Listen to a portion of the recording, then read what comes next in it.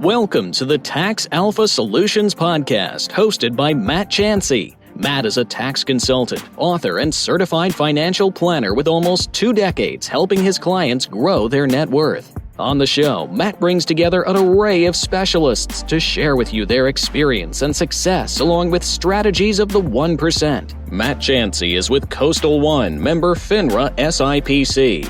And now, here's your host, Matt Chansey. All right. So good afternoon, everyone. This is Matt Chansey, and this is another episode of the Tax Alpha Solutions Podcast. Today, we have a special guest, Larry Pino from Pino Nicholson.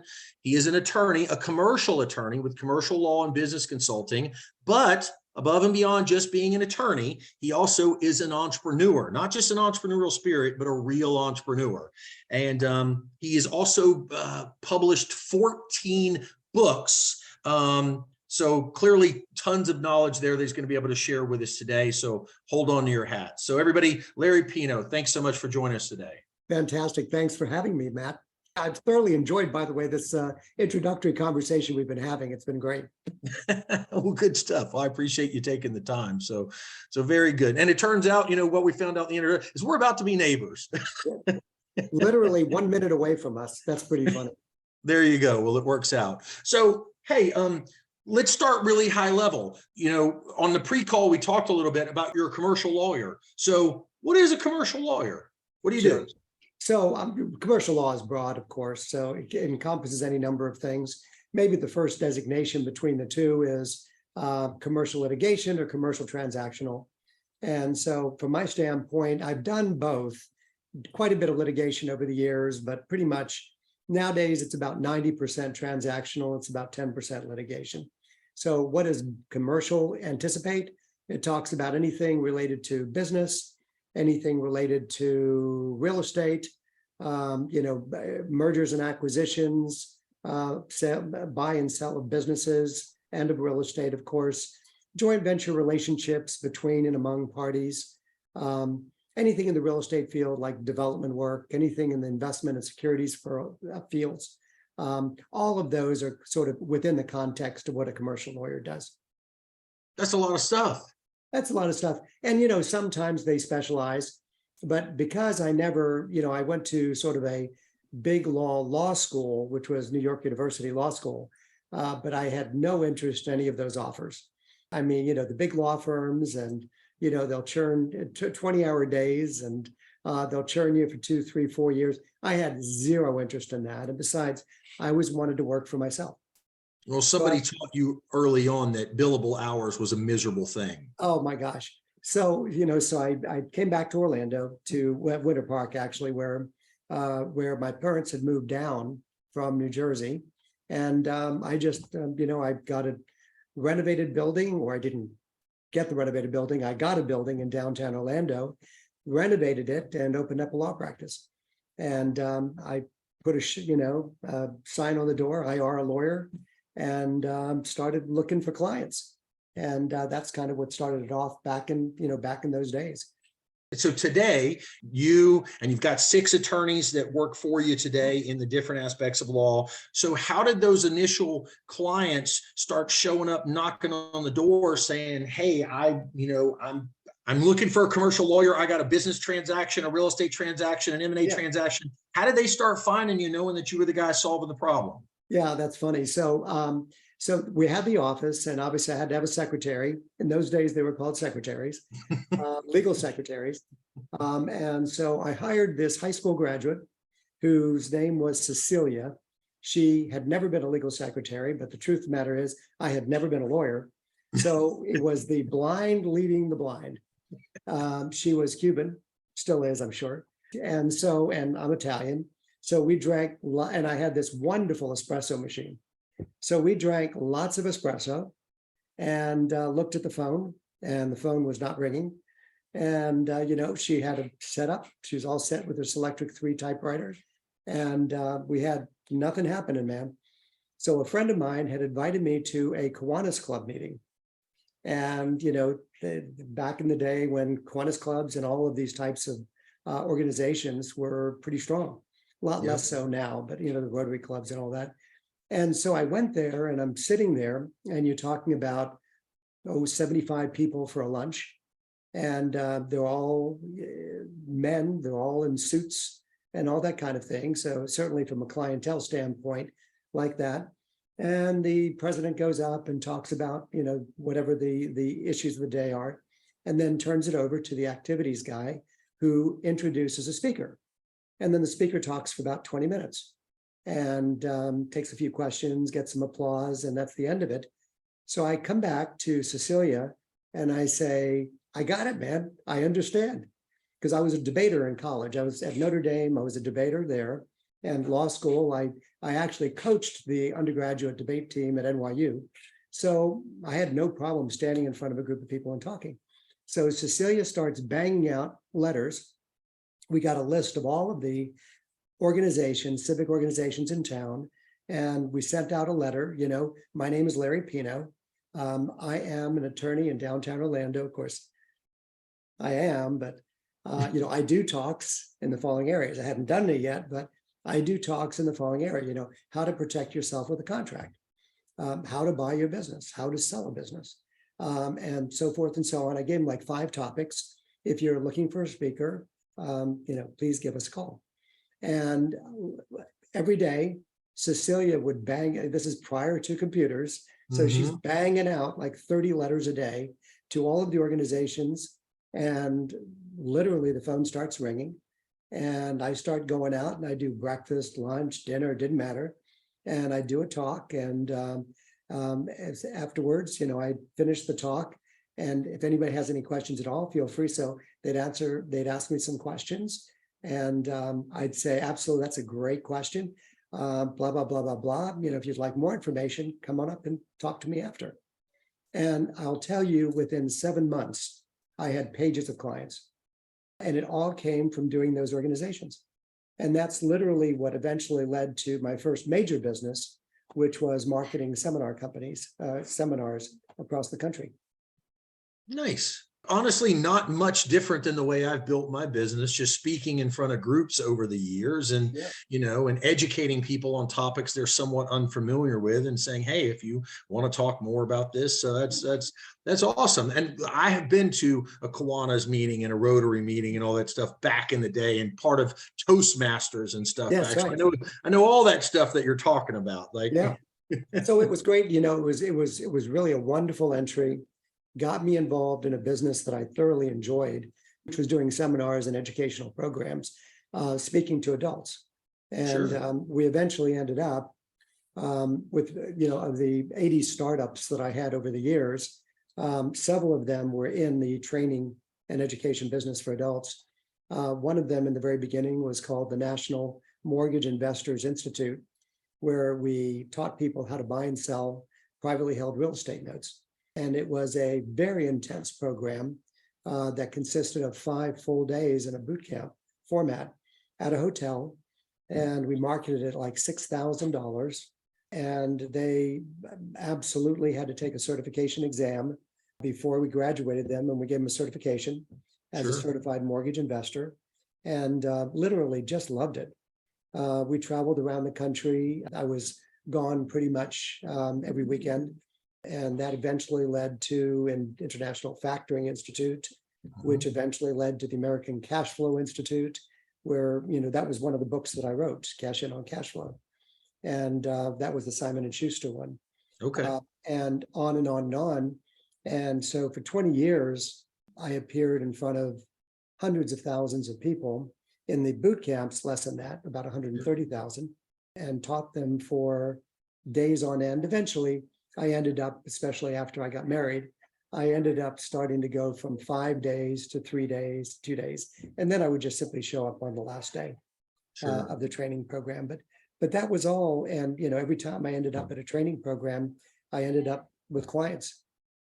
Well, you learn, and I don't think everybody understands this as a mechanism, but when you put the education out there, whether it's in the form of the book, a training program, or a certification, there are certain humans that are going to listen and do nothing. There's certain humans that are going to listen and then go try to do it themselves. There's certain humans that are going to listen and then go, hey, how do I partner with that guy to help him do it with me, right? And I think that's the people that you're really trying to partner with in that scenario, is just saying, look, I've done this. I've got some authority. I've got some expertise. You're about to go down a path that I've already been down multiple times, either myself or with clients in tandem solving those problems.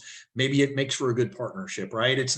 I'm not telling you this is the only way to do it. I'm suggesting, like, if you don't want to figure all this out on your own, maybe I'm a good option, right? And, I think that's probably just from a branding standpoint, Matt, it's probably maybe at the heartbeat of sort of the clients that I've got, because the clients I represent, they're syndicators. I do an awful lot of securities work, all the securities, the Reg Ds, the Reg As, and all that. And so they're syndicators, they're real estate developers, real estate investors. They own businesses, they're entrepreneurs. And when they're coming to me, it's pretty much, to me, law and business are two sides of the same coin. And so when I'm listening to what they've got, I'm listening as a lawyer, but I'm also listening as a fellow business person, and who's communicating it. And I'm looking at it from every angle. I'm looking at it from a legal standpoint, of course, but also I'm responding to the marketing implications, what might be better branding, what might be a more appropriate way to productize something, or even to release it or commercialize it. And all that's going through my mind at the same time. So it doesn't take long to really sort of build that trust that they're not going to get sort of a silo, of information, that they're going to get the broad scope of anything that has to do that would be relevant to them as a business owner.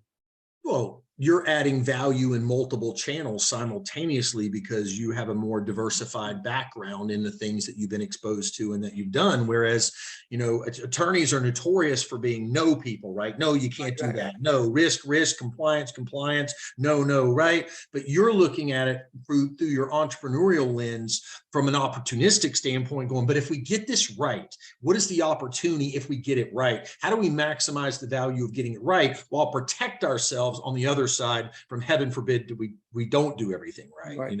Absolutely. Yeah, it's a rare circumstance that I'm going to say, hey, this is a line you can't, you cannot cross. It's a rare circumstance. For one thing, most people, once they understand that line, they're not going to cross it anyway. It's really the real issue is within the context of what I'm trying to accomplish here, Larry. What is the best way to do that? Obviously, I don't want to run afoul, but I also want it to be effective. It's like, absolutely, no question about it.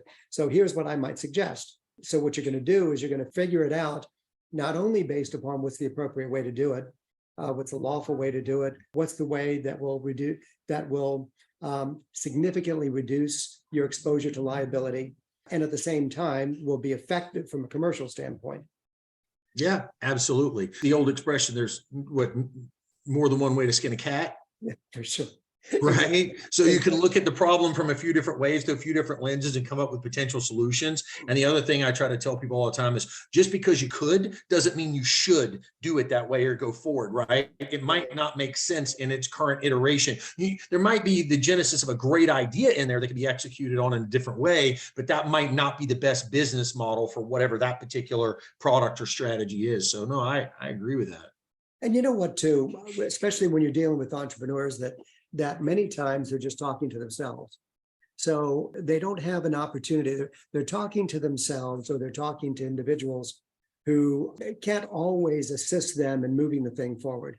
So to actually be sitting there, somebody from an advisory standpoint, who's basically looking at it and just asking the questions that says, well, you know what, I get it, but what do you think the heartbeat of this business, of this particular product is? And who would it serve in this capacity? Now, if you were to change this in this particular way, how do you think that might affect its marketability?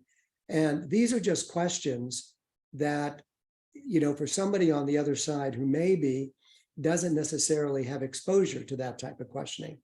So I have, for example, clients that will literally once a month, twice a month, just set up with Kathy and just send me an agenda of just brainstorming, just half a dozen different topics that they want to brainstorm about, because, they're CEOs themselves, they're founders of their own businesses, and they just don't have the opportunity to really brainstorm in an open way or in a creative way necessarily. Well, what percentage of the population today is entrepreneurial or CEO types, right? It's in the minority. It's less than 10%. Yeah. Yeah, probably.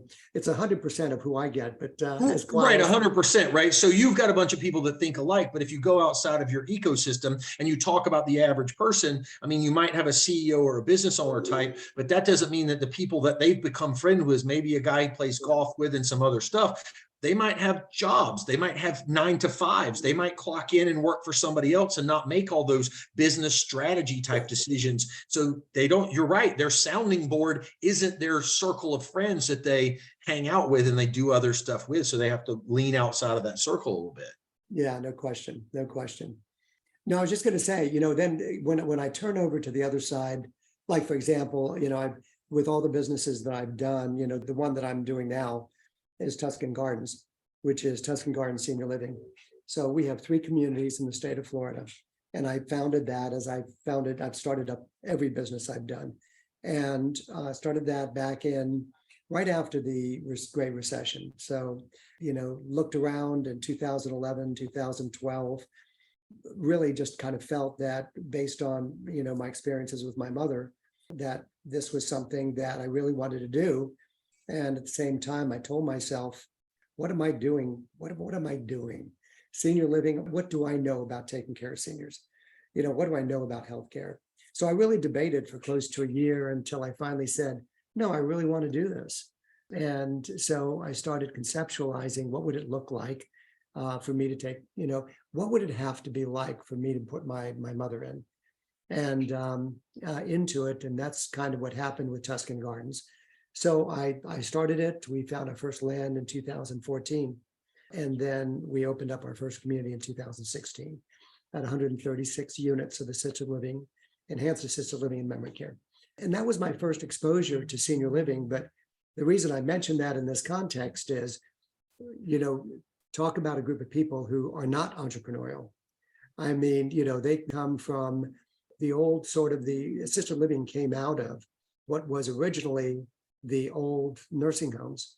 And, eventually these things called assisted living communities came up, but they are just very entrenched. And it's like, this is the way they do it and all of that. So from day one, which is why I wrote Reinventing Senior Living. I wrote that book primarily based on my experience in re-examining senior living to take a look at it. And it's the art of living with purpose, passion, and joy. Because my whole concept there was, you have to take, after seeing all of these facilities in the Central Florida area, it's much better now, by the way, but back then, and, I'm looking at it and I'm saying, man, they're just warehousing old people. That's all they're doing. They're not providing a life, and certainly not a life of purpose, passion, and joy. So when I wrote Reinventing Senior Living, it was really intended to be aspirational, because I wanted Tuscan Gardens to be an aspiration of the way I wanted it to look. So that's what ultimately happened. So I created Tuscan Gardens with the great big ceilings and, the wonderful herbal plants, an exposed Tuscan kitchen so that you could actually have basil and tomato sauce out there in the public so that they can actually waft the Italian aromas, making sure that there were not these long hallways that people have to walk down, and lots of fresh light streaming down from 16-foot ceilings, and so forth and so on. But it was really every single thing that I did was a departure from the common ways that those things were. Sure. You take a look at those things in that time, and it was just very, very traditional and not at all similar to what it was going to become. was cold. It was very institutional, like you said, like the way, and you'll know this because back in the day, there was a very common footprint for the way that like a senior living center was laid out. It was about 250 beds. It had two wings that kind of did like a U a little bit. And one side would kind of be, a certain level of care. And the other side would kind of maybe be a second level of care. And you're going to totally love this. I have told people for years, there's a quick little life hack to deter if you're putting a senior in place. And I've been involved in some of this transition, very familiar with the concept of geriatric care management and how you transition a senior, like been involved in some of that stuff. One of the life hacks to find a good place to put your parents is all senior living communities have a lasagna night. Every single one of them will have a lasagna night. Go to lasagna night. The family's allowed to go to try the facility and put your mom in the place with the best lasagna, because that pays attention to the care and the diligence that they put into the small details. Like you said, the basil or the oregano and the aroma and stuff. And I'm like, if you pick the place with the best lasagna, that you have a high probability of picking the place that's going to treat mom better with all the little details. Yeah, absolutely. Absolutely. So in any event, so at this point, I managed to do that. And it's sort of an application of this concept that we're talking about of entrepreneurism in what was a very staid environment. And just, one by one, just revitalizing it into a way. And now, of course, we've got the 3 communities. And then the balance of my time is just spent with my clients. There you go. And I mean, look, and obviously with the fact that you work with a ton of entrepreneurial clients, you get to, when I get a new client, my clients also skew very entrepreneurial, right? So, when they have to tell me who they are, what they did, how they did it, I get this kind of orientation of everything that they've experienced in their life and how they got to the point where they became as successful as they are. And you get to hear their journey. And in that journey, they tell you the good stuff, but they also tell you some of the mistakes they made, some of the bad partners they had along the way, and some of the lessons that they've learned. So it's like getting a PhD in business by getting all these collaborative sessions with these other business owners, right? Absolutely. There's no question. Every one of them. Every one of them. They have such unique stories about how they ended up where they ended up, right? Yeah, and no question. And I'm sure you do the same thing. So I start off, and of course, Zoom has been very, very good to me. So, the value of Zoom, because I have clients across the country, and you start off with a Zoom, and I'll generally speaking just do a 1-hour Zoom call, just to understand every aspect of exactly what you're talking about. Mm-hmm. What they've experienced, what they're doing now, what their aspirations are for the future, where they want to go, what do they look to this relationship for and to accomplish and all of that. And it's great fun. And usually, by the way, in many of those cases, I also end up enjoying the conversation where they bring their spouses into, because Sure. that gives you a completely, you could be having one person say one thing and it's like, well, that's not exactly true, is it? And you get that type of thing. So very, very strong way to understand. I prefer those conversations. The more people I can get engaged with my clients earlier on, not only them, but I try to ask for every decision maker that's in the process. So many of them have a CPA or an attorney that they're working with that has added value and been part of that journey with them. Hey, let's include them in this story. I want to see things that maybe they suggested along the way that the client did or did not take advantage of. Maybe they didn't understand it or process it at the time, right? It didn't make sense. So I try to bring everybody that's been involved in kind of the thought leadership process. And then if we're, like you said, talking about transitionally, where are we going from here, right? So who are the next people that are on and will ultimately be involved? Do they know what you've done to get here and what you're going to try to do next? And how do we incorporate that into the conversation as well? So I would imagine for your particular area of subject matter expertise, that would be critical, because you want them involved from the very beginning. Not only are they producing the history, but they're also going to be, they're also trusted advisors to a large extent too. Well, that's the thing, right? Like my area of knowledge has become very specialized over the years, and most people should not possess the knowledge that I possess. There's no practical reason why the average person could.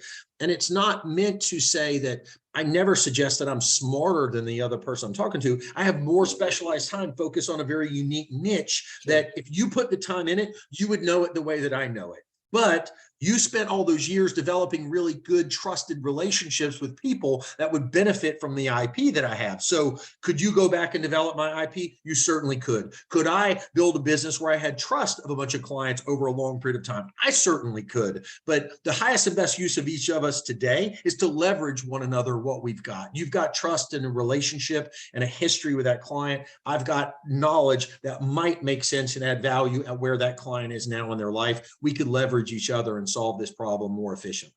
Yeah, and absolutely, Matt. That's why I'm going to be calling you, man. Well, that wasn't the intent, but that's how I do it.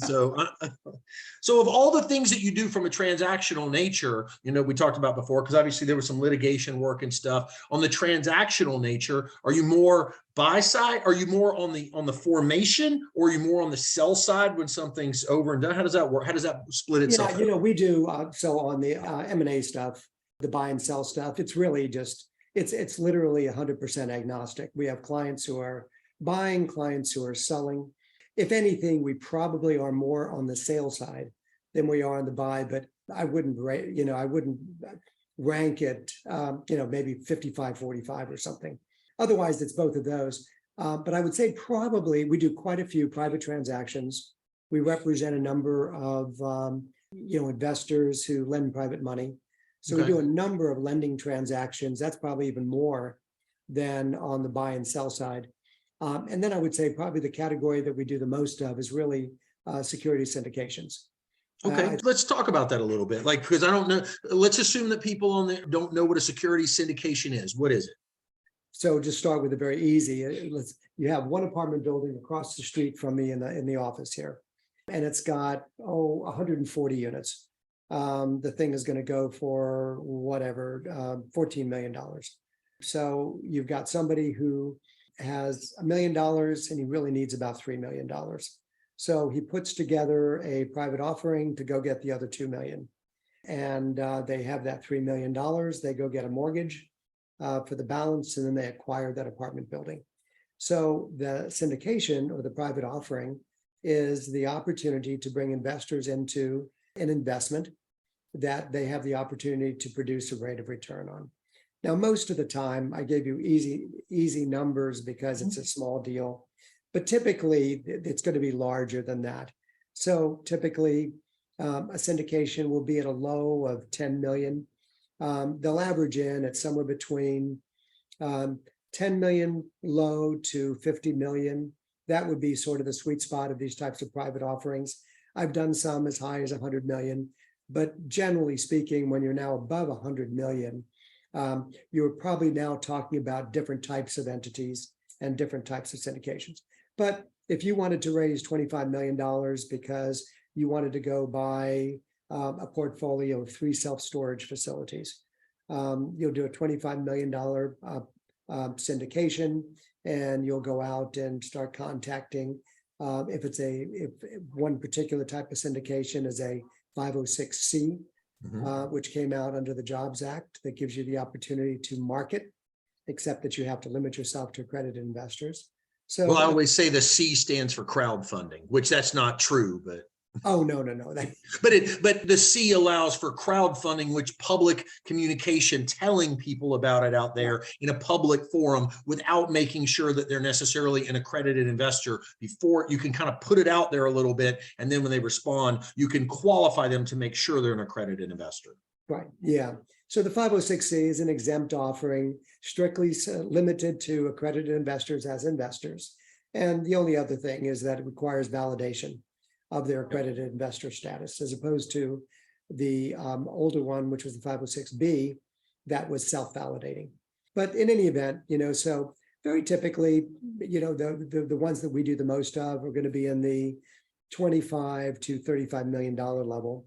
And they're typically going to be, there are some which are blind pools, this fund is going to be for the purpose of finding the following types of assets. So that's a blind pool. But certainly the majority of them are dealing with, like, for example, we just finished up yesterday, two very, very large. The equity component is 20 million on my syndicator client and another 25 million on another syndicator that we're not representing, together on a portfolio of apartment buildings in the Chicago area. But that's a little bit out of the ordinary, but typically, $25 million to $35 million for some configuration of assets. And these are different types of asset classes. Understood. So they have a mandate of, we're going to go buy X, Y, Z. Maybe they've already got identified assets in the Correct. pipeline. They just need the capital to come in. And these are primarily partnerships. Yes. No, I use an LLC structure. An LLC structure. Limited Okay. liability company. Gotcha. Limited liability. So they're looking for limited investors that will come in that are accredited status to let an operator or a sponsor execute on a business plan or a strategy to be able to, over a defined period of time, they've got kind of a defined business plan. You're going to give us the money. Here's the expectation of how we're going to split the profits if we succeed. Absolutely correct. That's exactly the way it is. The ones that are the easiest to sell are not the blind pools. Right. The ones that they're easiest to sell is, so for example, we have someone that does self-storage, for example. And so they had 5 identified and they needed to raise the money. And so they're doing sources and uses, of course. They're identifying projections. They're identifying what their history is of the facilities that they have managed in the past and so forth. And so we put those all into a bow. We put them all into an offering with all of the related ancillary documents. And we, typically make them, I call it prettify them.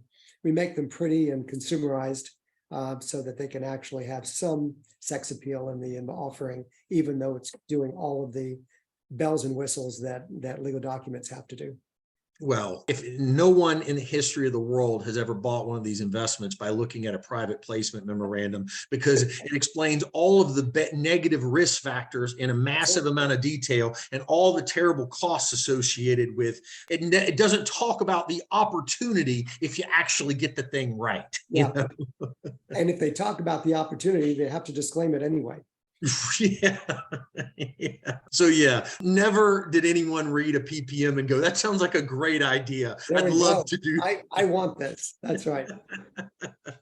Totally understand. And so, today when the accredited investor rules were written, it was only 2% of the population when those rules were actually created. And today, I think it represents about 18% of the population today. So, money supply has created more dollars, inflation over time.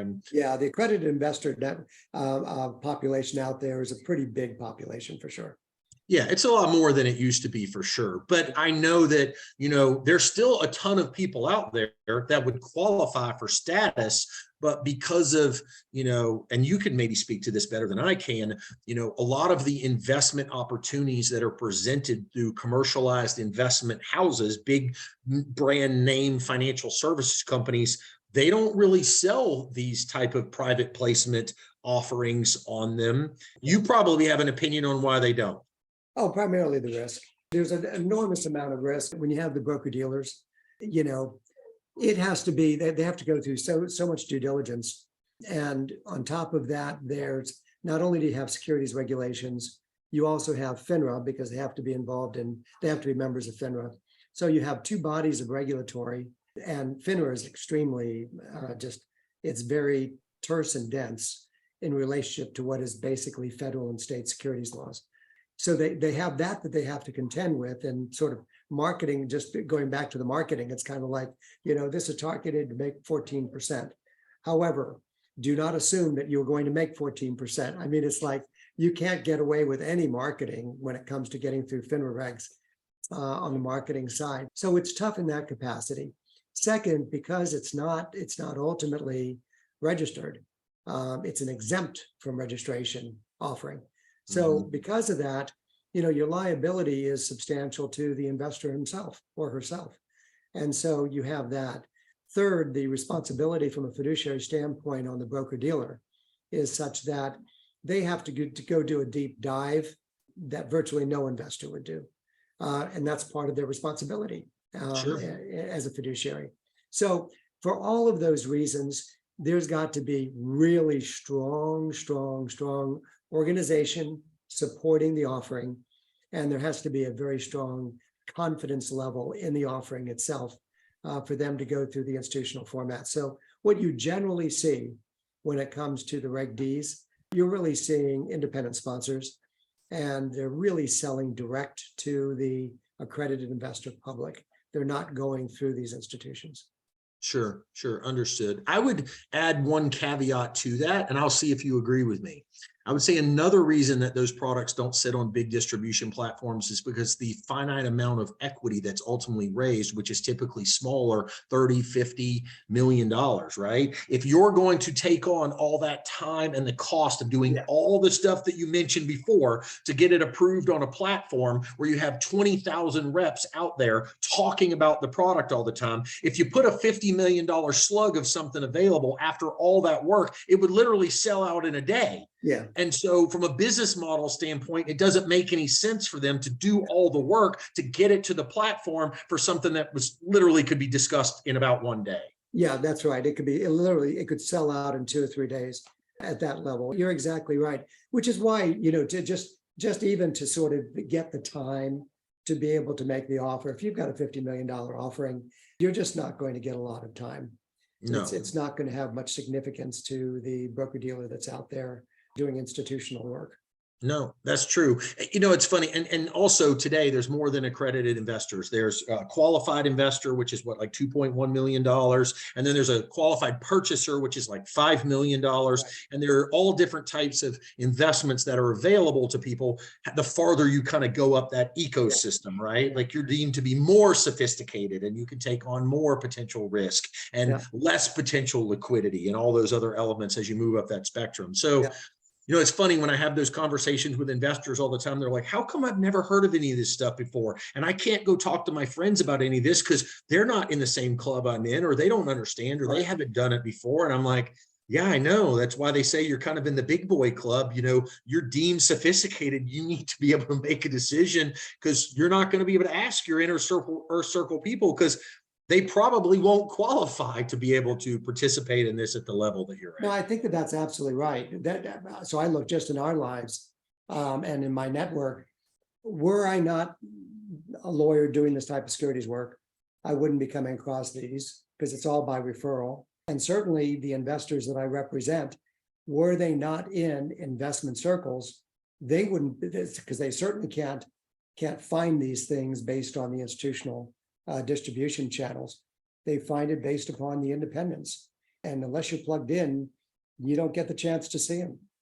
That's very true. If you're not plugged in, you don't get to see it. That's true. Very true. So let's pivot a little bit. So we talked about your entrepreneurial background, the senior living space. We talked about the type of law that you're doing. And so let's piggyback on that a little bit. So most of the stuff is syndication. So a little bit of M&A work, a little bit of real estate stuff, sell side, buy side, and then mostly syndication work. But you've written 14 books. That's a lot of thought leadership over the years. Is it like every time you learn something that was super nuanced in a space, you're like, I'm going to memorialize this and get it all out of me and turn it into a book? They all came about based on the education. So the first book I ever wrote was called Finding Your Niche. And it was really a book about what I looked to do, which was to find my niche in terms of business.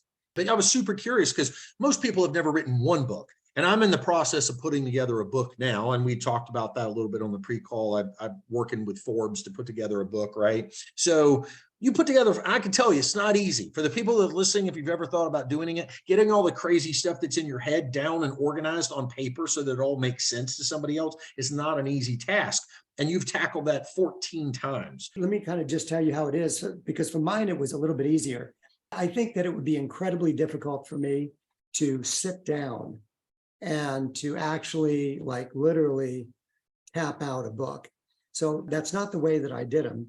The way that I did it, so finding your niche, it was for me, this sort of the intellectual processes. I remember sitting in a Chinese restaurant someplace in Minneapolis when I was teaching seminars, And I'm writing out information about how I am processing, the lessons of entrepreneurship, and I'm coming up with things like functional processing and integrational processing and things like that. And I integrated them into a training program, which I forgot exactly what I called the original one, something like an entrepreneurship workshop or something of that nature. And so I created the curriculum for it and I started teaching it. And I taught it for quite, a while because it was only a 1 day. And I eventually went into the boot camps of 5 days. But it was a 1 day and I made it better. I made it better and better and better. And I kept getting these concepts. So what I eventually did is I brought in tape, and I recorded the entire seminar when I had it down to the types of stories that I would tell and the concepts and so forth, because it's a lot easier to create when you're in person looking at somebody's eyes and you're telling a story and it's flat, or you tell a story and man, you saw that they got that right away. Mm-hmm. And so forth and so on. So at that point, then you get it and you get a transcript of that. And then you work with somebody as an editor who is going to just simply edit it down to started with spoken word, ends up with written word. So I did that with Finding Your Niche, and I did that with several others. I was teaching, in an MBA program at a local college, Rollins College. Yeah. I was teaching at Rollins. So what I was talking about was at a time in which things were really rapidly changing. And you were having, it's kind of like the whole concept of if it's not broken, break it. And it was that whole concept of just completely demolishing. And I started thinking about the fact that there was another way to do it. And by that point, I was running another company, which turned out to be a very big company. And that turned out to be a $250 million a year company that ended up getting decimated by the recession. But in the meantime, I went from 1 to 250 million in 7 years and 1 to 40 million in EBITDA in a 7-year period of time. We had 600 employees and so forth and so on. But what we were doing is we were just rapidly growing, and it was really just incredible fun and all of that. But my thought was, it's not about if it's not broken, break it. It's really about incorporating, if you will, the opportunity to be able to integrate into the DNA of the organization, just incessant change, just constant change. You're constantly morphing.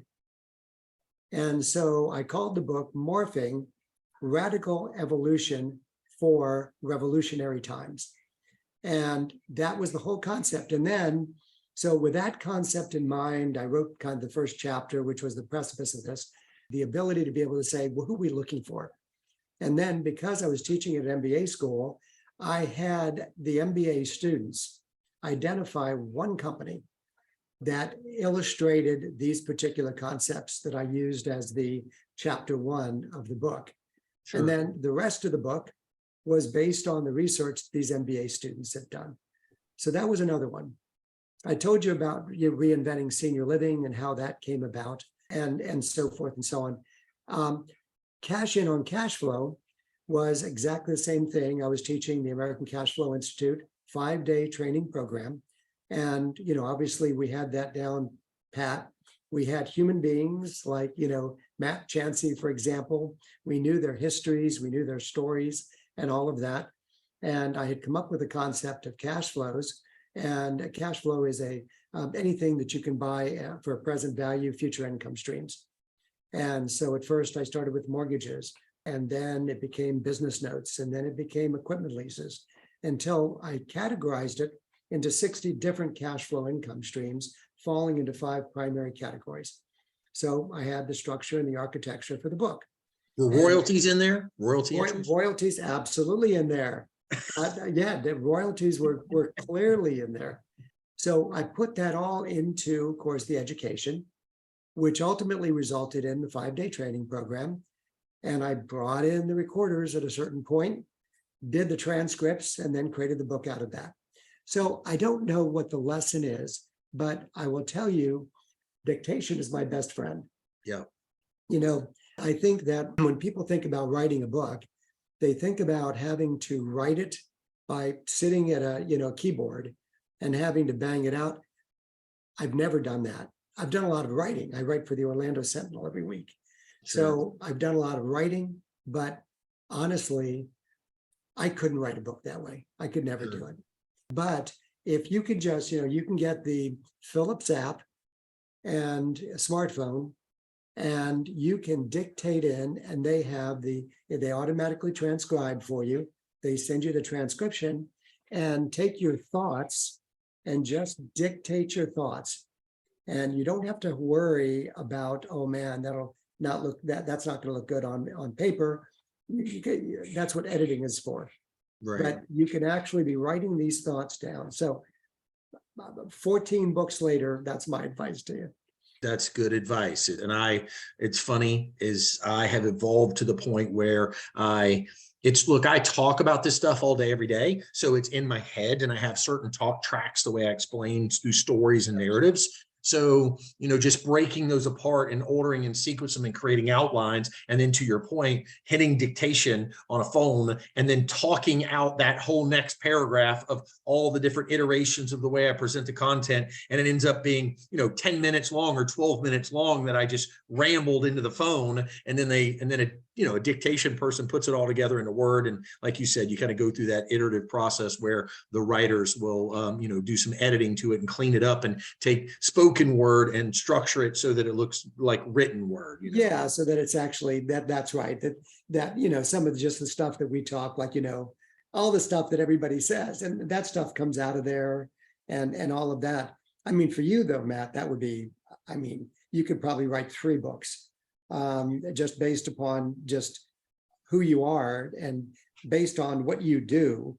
You literally could write 3 different books on 3 different subject areas in your areas of expertise. And you could do that by doing nothing more than just simply talking into a microphone and having it recorded. And as far as your viewers and your listeners are concerned, there's no question that everybody, and I truly mean this, everybody has a book in them. Everyone, in our senior living, these seniors are fascinating. I mean, you sit there and you talk to some of these seniors, they've actually had real lives, right? Yeah. You're talking 80 to 90 years old, 95 years old.